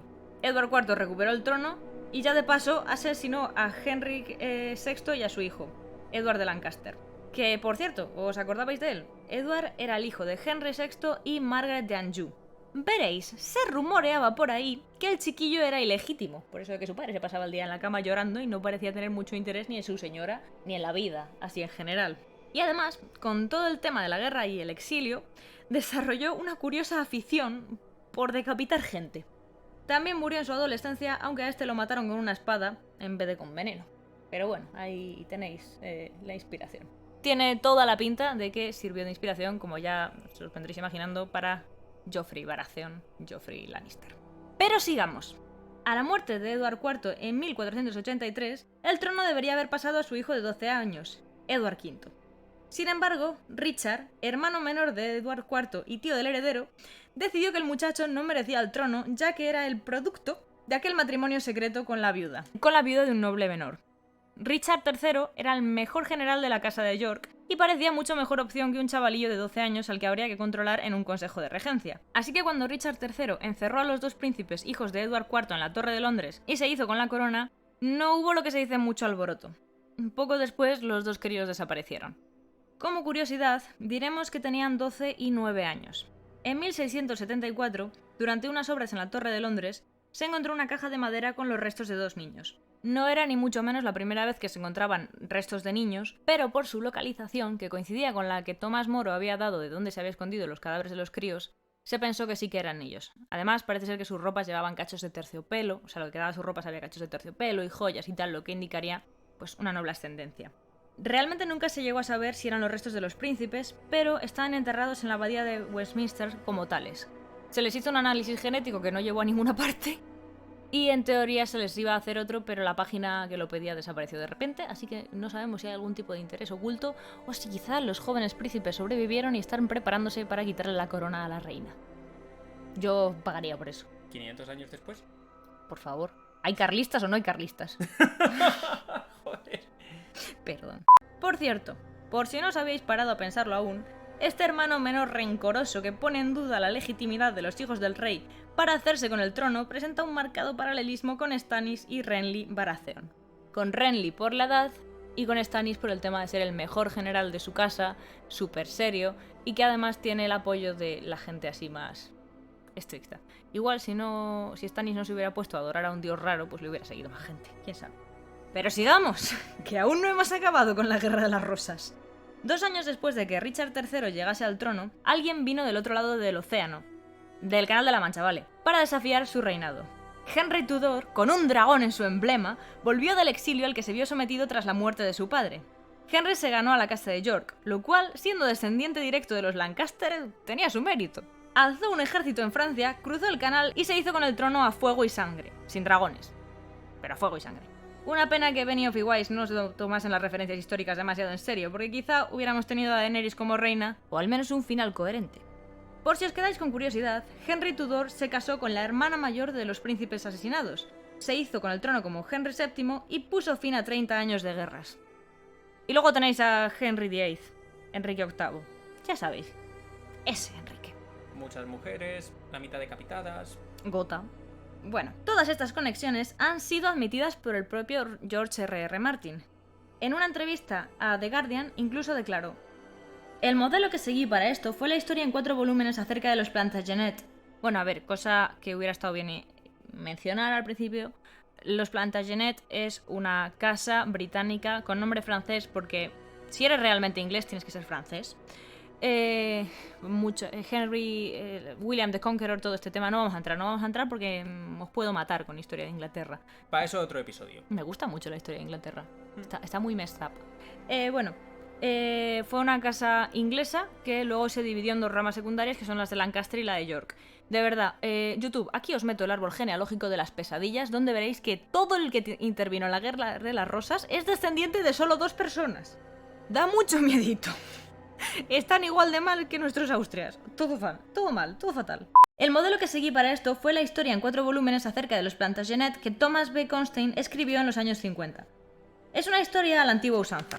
No está tan interesada en analizar las tendencias socioeconómicas o los cambios culturales como en las tramas y las traiciones, todas las cosas jugosas. Constein hizo un trabajo maravilloso con los Plantagenet, así que intenté hacerlo con los Targaryen.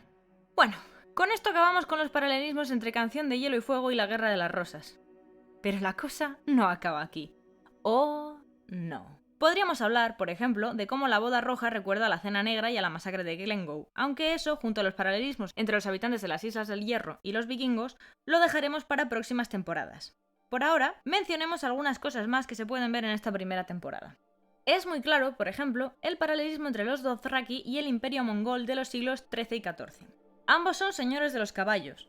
Ambos recogen sus largas cabelleras en trenzas, los guerreros al menos, y organizan sus hordas de forma similar. Incluso tenían la costumbre de enviar a sus viudas a vivir a una fortaleza aislada cuando sus maridos morían. ¿Os suena al Dosh Khalin?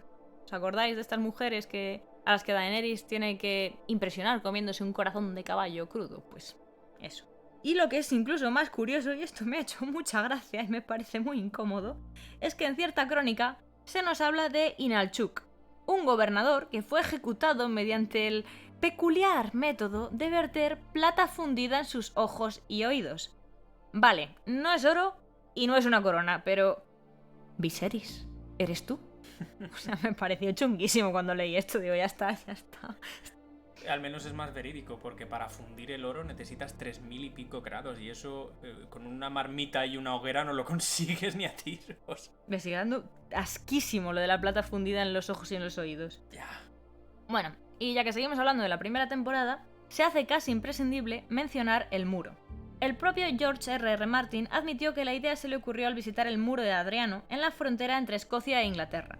El muro en Canción de Hielo y Fuego está construido de hielo. Se extiende durante 300 millas, lo que vienen a ser 482 kilómetros, y mide 700 pies de alto, que son 213 metros. Porque, por favor, si estás escribiendo una historia basada en Europa, por favor, usa un sistema métrico que los europeos podamos entender. Es estadounidense, Martin, vive en Santa Fe. Sí, el que sea estadounidense explica algunas cosas. Bueno, levantado por Brandon el constructor y sostenido por magia y encantamientos porque si no colapsaría muy fuerte, se supone que mantiene a los salvajes y otros oscuros seres a raya. El muro de Adriano protegía al Imperio Romano de los ingobernables pictos, un pueblo celta que era absolutamente incontrolable. Le estaba igual la muerte y le estaba igual todo. Ellos pa'lante. Se extiende tan solo 73 millas, 117 kilómetros, y tiene 20 pies de altos, que son unos 6 metros, en la zona más alta. Es decir, este muro es mucho más modesto, pero bueno, pensemos que para la época, es decir, el Imperio Romano, tuvo que ser imponente. Estamos hablando de...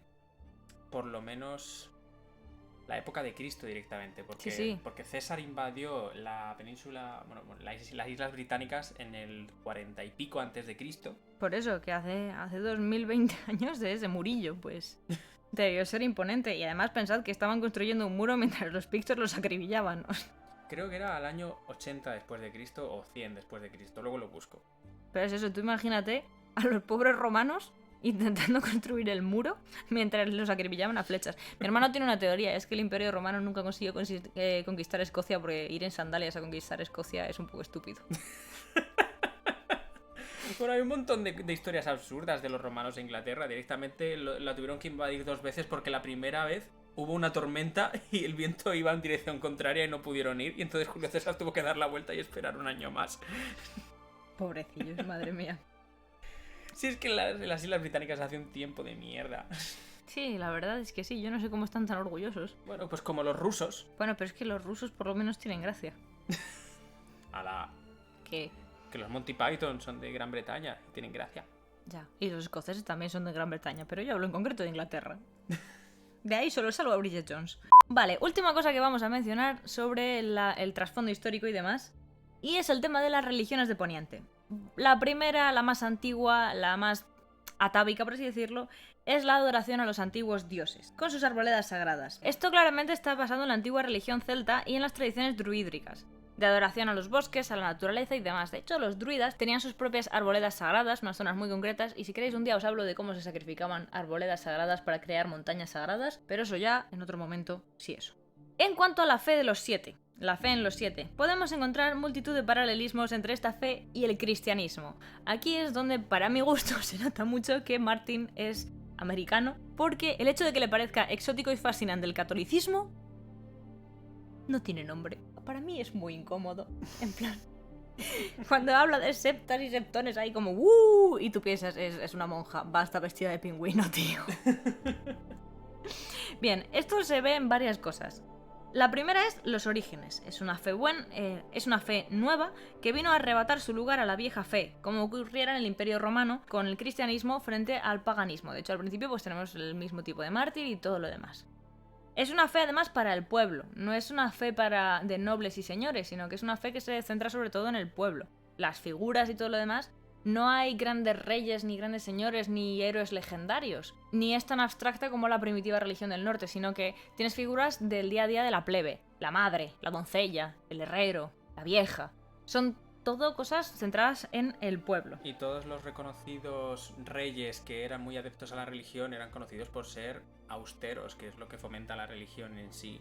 Por eso, es una religión para el pueblo, no para los nobles. En una entrevista, el propio George R.R. Martin admitió que para crear el grupo violento de la fe militante, que ya aparecerán en la 5ª y 6ª temporada, ya hablaremos de ellos, se inspiró en la Iglesia Católica durante la Edad Media. Repito, me parece súper gracioso que sea como exótico, en plan, la Inquisición, the Spanish Inquisition. Nobody expects the Spanish Inquisition. Ay, aquel momento de festín de cuervos en el que a Cersei se le ocurre la brillante idea de darle armas a un grupo religioso. Sí, bueno, ahí es donde se nota que Martin es americano, igualito que Bush. Hubo periodos en los que hubo papas y obispos muy mundanos y corruptos, explicó Martin. Estaban jugando su propia versión del Juego de Tronos y estaban en la cama con reyes y señores. La simbología de la religión es también muy reveladora. Como oposición a la estrella de David o a la cruz, tenemos la estrella de 7 puntas, que básicamente representa los 7 dioses asociados a la religión. Aquí podríamos tener una gran discrepancia, en plan, monoteísmo frente a politeísmo. Pero el padre, la madre, el guerrero, la doncella, el herrero, la vieja y el desconocido son, al igual que el Padre, el Hijo y el Espíritu Santo de la Santísima Trinidad del cristianismo, facetas diferentes del mismo Dios único. Esto nos lo dejan claro en múltiples ocasiones, es decir, funciona exactamente igual que el cristianismo. En otras palabras, la fe de los 7 es una religión monoteísta, pero su Dios puede aparecer a sus seguidores en diferentes formas. Vamos, cristianismo. Por último, quizá lo más claro, entre comillas, sea la estructura de la Iglesia de los 7. Repito, a mí esto me hace mucha gracia. Donde el catolicismo tiene monjas, el Papa y el Vaticano, la fe de los 7 tiene septas y septones, monjas y monjes, monjas y frailes, el septón supremo, el Papa, y el gran septo de Baelor, el Vaticano. A Martin le parece exótica la fe católica. Yo ya. Las septas incluso usan cofias y los septones llevan hábitos. Es que son un reflejo a todos los niveles del cristianismo y me parece muy gracioso. Sin más, es como, vale, bueno, The Exotic Spain. Es igual que cuando te das cuenta de que el Martin pensaba que España era Marruecos. Vale. Además, tiene otras cosas relacionadas con la Iglesia Católica. Por ejemplo, condenan la homosexualidad. También. Que eso no es una cosa solo de la Iglesia Católica, por eso no lo he mencionado. Creo que no hay ninguna relación que no condene no hay ninguna religión que no condene la homosexualidad aparte del budismo. Hombre, el paganismo no le daba muchísima importancia. El paganismo no es una religión organizada. No, realmente. Estaba pensando en los griegos, pero claro...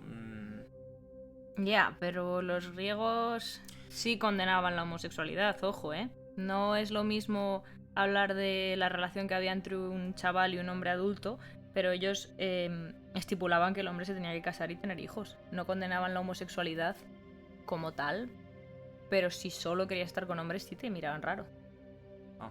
O sea, no era una condena en plan, si te acuestas con un hombre... No era la sodomía no era un pecado, pero tampoco era como... Tú si lo miras habla del tema en ocasiones bastantes filósofos. O sea, no estaba condenada, pero tampoco era como lo primordial. No es lo que nos han vendido. Vaya por Dios. O sea, es que no sé si hay alguna religión que no condene. Religión organizada, ¿vale? Repito. Si alguno conocéis de alguna religión que no condene la homosexualidad... Religión organizada, repetimos, porque la Wicca y el paganismo no son religiones organizadas. Dejadlo en los comentarios. La iglesia de Star Wars no cuenta. Gracias. Hay una iglesia de Star Wars, ¿eh? Ya lo sé. Por último, vamos a mencionar un poco por encima la fe en el Señor de la Luz, la fe de R'hllor, el dios rojo. Aunque no sea relevante en la primera temporada, ya dejamos cerrada la sección religiones. Los principios de esta fe toman mucho del zoroastrismo, una de las religiones monoteístas más antiguas de la historia de la humanidad. Nació en Irán hace mucho, mucho tiempo. Ya no me acuerdo de cuánto, pero un puñado. Es muy anterior al cristianismo. Bien, ambas religiones se centran en gran medida en la importancia del fuego y la comprensión del universo como la oposición de fuerzas contrarias, la luz, la oscuridad, el bien y el mal, etc. Es decir, binarios. Los sacerdotes de esta religión son llamados magos. ¿No te recuerda nada, Melisandre? Y se supone que tenían habilidades mágicas, pues como Melisandre o Zoros de Mir.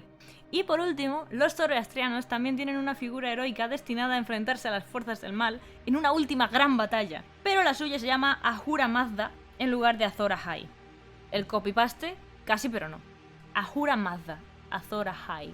En serio, tío. No se mató mucho, Martín. Bueno, y esto es lo que tengo para vosotros respecto a contexto histórico de Juego de Tronos. Ay. Me lo he pasado muy bien, la verdad. Y nos hemos acabado las religiones cuando realmente quedan dos, pero una realmente no sirve para nada, que es la del dios ahogado. La del dios ahogado, si era un pelo mojado, ¿tiene alguna relevancia alguna vez? Ojalá la tenga, porque de momento lo único que me ha enseñado en la religión del dios ahogado es que a todos los que nacen en las Islas del Hierro tienen que, entre comillas, bautizarlos, que es meterle las aguas en los pulmones, luego volver a ponerlos en tierra. Si despiertan es que el dios ahogado le cae bien, y si no, mueren y no les cae bien, y ya está. A ver, de alguna forma tienen que mantener la población de las Islas del Hierro a niveles que puedan mantener con las 7 cabras y los 14 barcos. O sea, vamos a ser coherentes. Como cuando Euron dice: talad todos los árboles que veáis y construid barcos con él. Digo, ¿qué árbol? ¿Hay árboles en las Islas del Hierro? ¿Tú llegaste a ver algún árbol? ¿Un solo árbol? No. ¿En todas las islas? No, ¿verdad? Pues igual. Y la otra ya sería la de... Eso es muy irlandés, por cierto. ¿Talad árboles? No, es que eso se lo hicieron los británicos a los irlandeses cuando Irlanda era una colonia. Les reventaron la isla, se la dejaron sin árboles para construir una armada. ¿Oh? ¿Por qué van a cortar los árboles en su isla si pueden cargarse la isla de estos pobrecicos? Qué cabrones. Mira, un día, si queréis que un día, aunque no tenga que ver con literatura, os haga un podcast sobre la historia de Irlanda y hasta qué punto están enfadados con los ingleses, yo me pongo a ello. De hecho, mi amigo On, que es irlandés, le tiene mucho asco a un conde concreto que fue a pedir ayuda a los británicos para que le devolvieran su corona y pues no se fue todo a la mierda a partir de ese punto porque los británicos fueron y dijeron, va, nos quedamos. Vaya por Dios. Pero bueno, eso. Que sí, y la otra que queda es la del culto al desconocido, pero eso realmente, bueno. Ya buscaré si está basado en algo, pero yo juraría que no. De todas maneras, que tampoco he querido meter. He metido la del dios rojo, francamente, porque ayer nos vimos el primer capítulo de la segunda temporada y se me ha hecho un batiburrillo, pero no. He intentado meter solo lo que tuviera relevancia. No sé si nos quedaba algo más por comentar. Yo creo que no. Bueno, a ver, es que es eso, no es una saga de la que haya que contar muchísimo porque la mayoría de los que nos escucháis ya sabéis de qué va y la conocéis. Y está sobreanalizada, sobreexplotada, no hay booktuber o usuario de YouTube que analice series y películas o vídeos de reacción que no haya hablado de Juego de Tronos alguna vez. Hay ensayos enteros hablando sobre el tema. Hay un montón de teorías. En la página de los 7 reinos hay unos ensayos tan guays sobre el futuro de los libros y algunas tramas. Hay incluso teorías absurdas, disparatadas, que al principio suenan disparatadas, pero luego fundamentadas con ciertas citas de los libros empiezan a tener cierto sentido y empieza a dar miedo, como una de mis favoritas, que es la de el vidriagón es caca de dragón. Me sigue pareciendo estupidísima, pero vale. Es muy estúpida, pero tiene cierto sentido según el pasaje que leas. Hay otra teoría que dice que Ser Garras, el gatito de Tommen, es Azor Ahai. Pero bueno. Y eso es una prueba de que pensar demasiado en un tema te lleva a sitios muy extraños.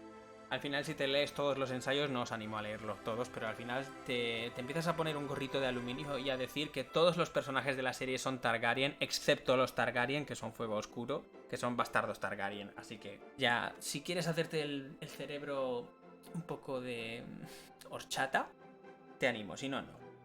Y os preguntaréis, ¿hay tanto material? ¿Por qué leches habéis hecho este podcast?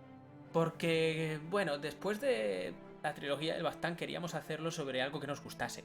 Sí, porque nos ha dado la gana, básicamente. A mí me apetecía hablar de Juego de Tronos. Me parece muy interesante todo el tema de la historia esta de los paralelismos. Y como eso no se ha hablado tanto aquí en España, pues... Además, en el episodio de la semana pasada hablábamos de fantasía y ciencia ficción. Hablamos de Grimdark. Al fin y al cabo, bueno, en algún momento, si no era en esta temporada, sería en otra.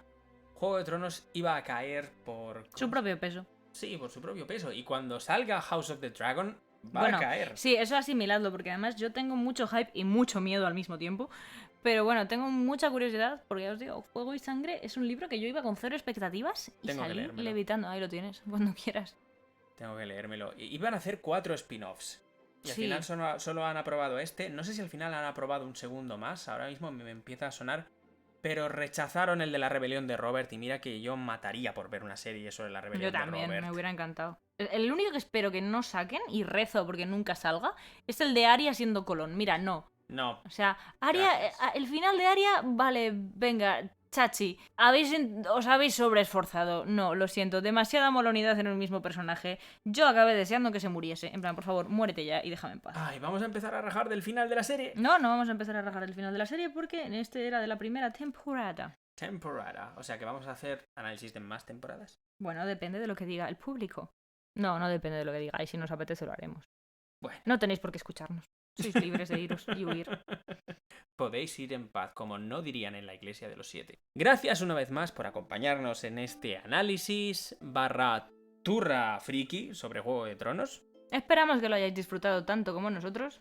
Y nos vemos la semana que viene con un capítulo de teoría. Podéis seguirnos en YouTube, Evox, Spotify, Google Podcasts.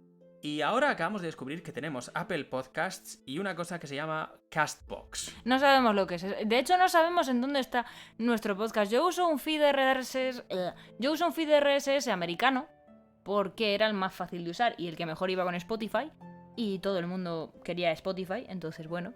Y el otro día de repente descubrí que parte de nuestros seguidores vienen de algo llamado Castbox, pero no he conseguido reclamar el podcast, así que bueno, está ahí, si os interesa.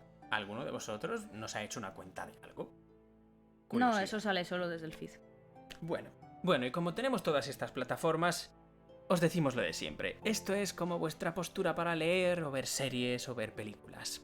Lo que sea más cómodo para vosotros. Recordad que cada sábado a las 10 de la mañana o a las 10 de la noche, si está de mi mano, sacamos un nuevo episodio. Y nos vemos la semana que viene en Desde las Historias.